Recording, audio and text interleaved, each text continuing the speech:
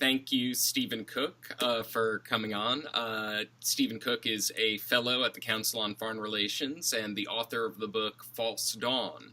And I wanted to start things off by talking to you about something that you wrote in that book. You were commenting on, obviously we're talking about right now, the case of Turkish banker Hakan Atilla, who's about to be sentenced on April 11th in connection with a multi-billion-dollar money laundering scheme that violated sanctions against Iran. Now, in the book, you commented on something that happened before the case ever started in New York, and that was essentially the 2013 corruption scandal shaped events that are happening in Turkey and U.S.-Turkish relations. Can you give a bit of a background on that? Because you talk in that book about the extensive clampdown to put that corruption scandal at bay. Well, it's well. First of all, thanks for having me on, Adam. It's great to be able to do this with you. The corruption scandal that broke in late 2013 and extended through the first part of 2014 is a pretty complicated thing. But I think there's two things that are important to remember about it. One is that suddenly a flood of audio tapes and other evidence appeared implicating four ministers and then Prime Minister Erdogan's government, as well as people close to Erdogan and the Erdogan family, of all kinds of corrupt practices. That's the important thing to keep in mind. The second thing that's important is that the government immediately blamed followers of the Turkish cleric Fethullah Gulen, who is actually a permanent resident of the state of Pennsylvania, for illegally bringing this type of evidence forward, for faking this evidence, for these fraudulent types of charges against people close to Erdogan and the government. And in fact, it was labeled an attempted coup d'etat. That then put us on the path of Turkish politics that we have seen over the course of the last 2.5, 3 years or so. The purges that have gone on in Turkey against the background of the Atilla trial are something that has been going on ever since early 2014. One of the people who was implicated in the corruption scandal wound up being the key witness in the Atilla case. That's Reza Zarrab. And he used to be a top Erdogan ally. Can you talk a little bit about his relationship with President Erdogan, why the Turkish government fought so hard to avoid Reza Zarrab taking the stand in New York? Well, I think it's clear that Reza Zarrab sat at this kind of nexus of influence between the government and this world of corruption and sanctions busting. At one end, he was at arm's length. He was the plausible deniability. He was a Iranian-Turkish businessman.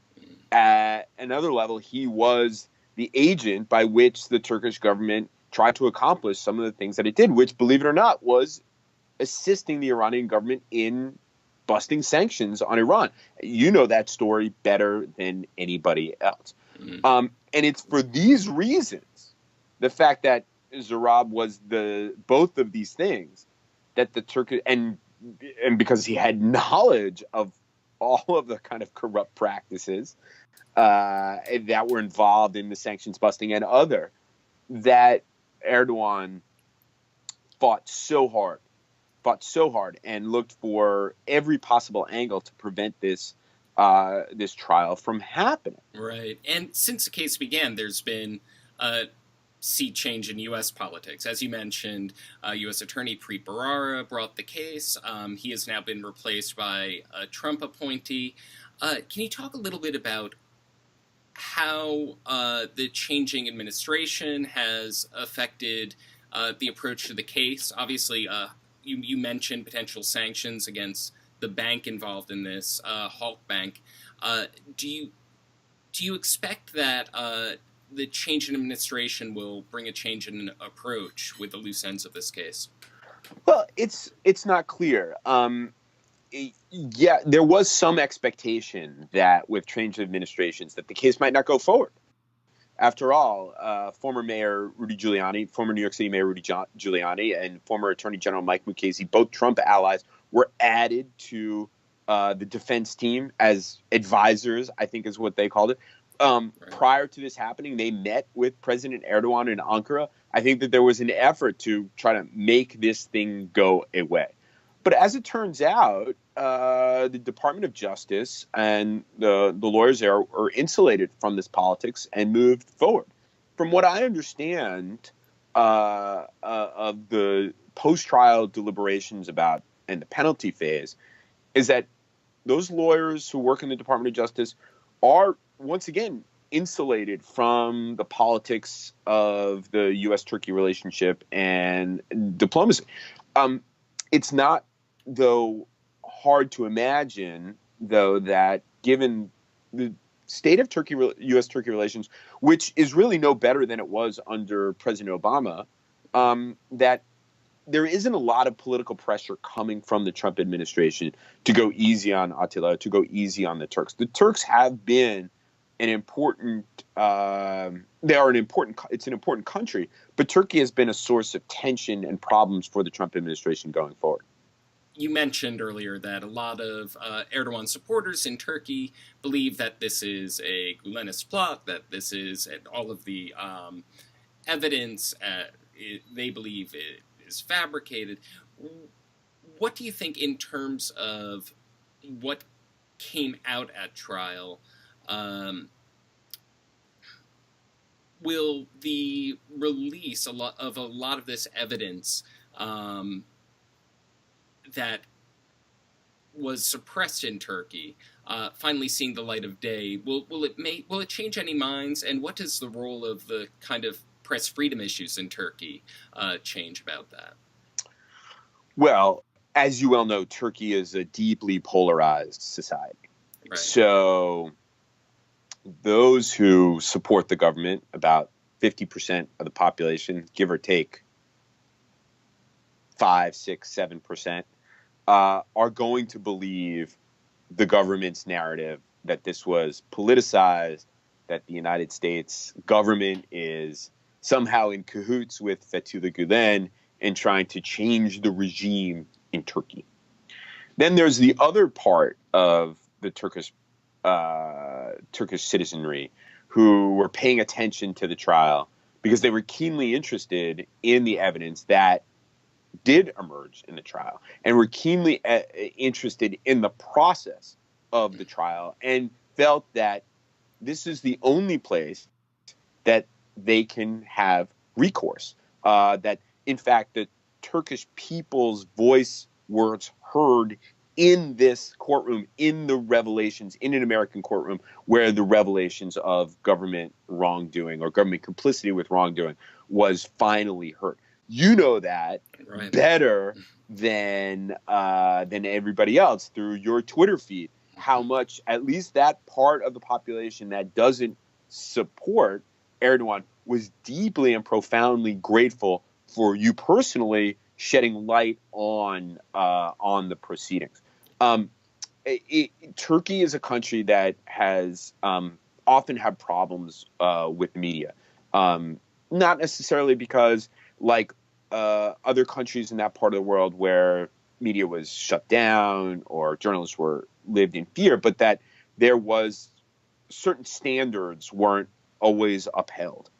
Now you have the problem of journalists in jail, journalists and editors being intimidated by the government, changes in ownership in Turkey that media outlets to be friendlier to the government. And it has had a chilling effect on the discourse. And that's where your role and the role of others in covering the trial was so important to so many Turks. Mm. The experience of seeing the intense interest of so many Turkish people on Twitter reminds me. I just read a book by a Turkish writer, Ece Temelkuran, who said, "To know what's really going on in Turkey, you have to go to Twitter." And these days, I think that's right. And I think she was talking about largely state control of the press, as you mentioned, consolidation of the press. Do you think that there is, in terms of the future of U.S.-Turkish relations, in terms of the future of Turkey, there is a...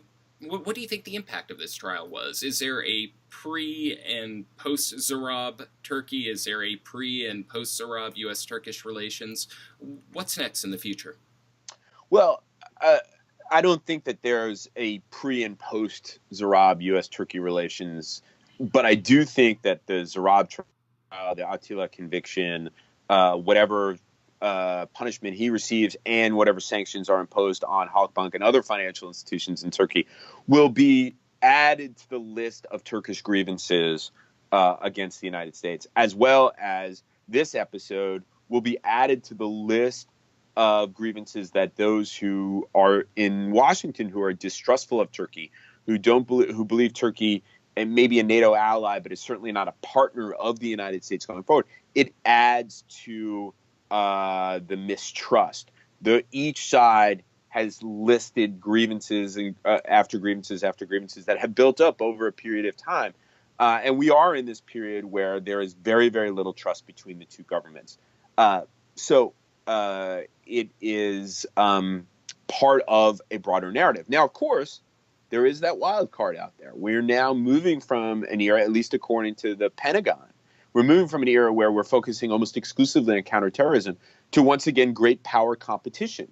And in that great power competition, that was the Cold War, Turkey played a very important role for the United States in the West. Well, if that great power competition is revived somehow in some new form, one can imagine that many of these grievances are to be swept under the rug for the larger geostrategic challenges that that the countries face. But that does it still, even if that were the case, people both in Washington and in Ankara will harbor these grievances that continues to sow mistrust between the governments. Well, thank you again very much, Stephen, for coming on, and for your wonderful analysis. Well, no. Well, thank you so much for inviting me on, Adam. It's great to talk to you.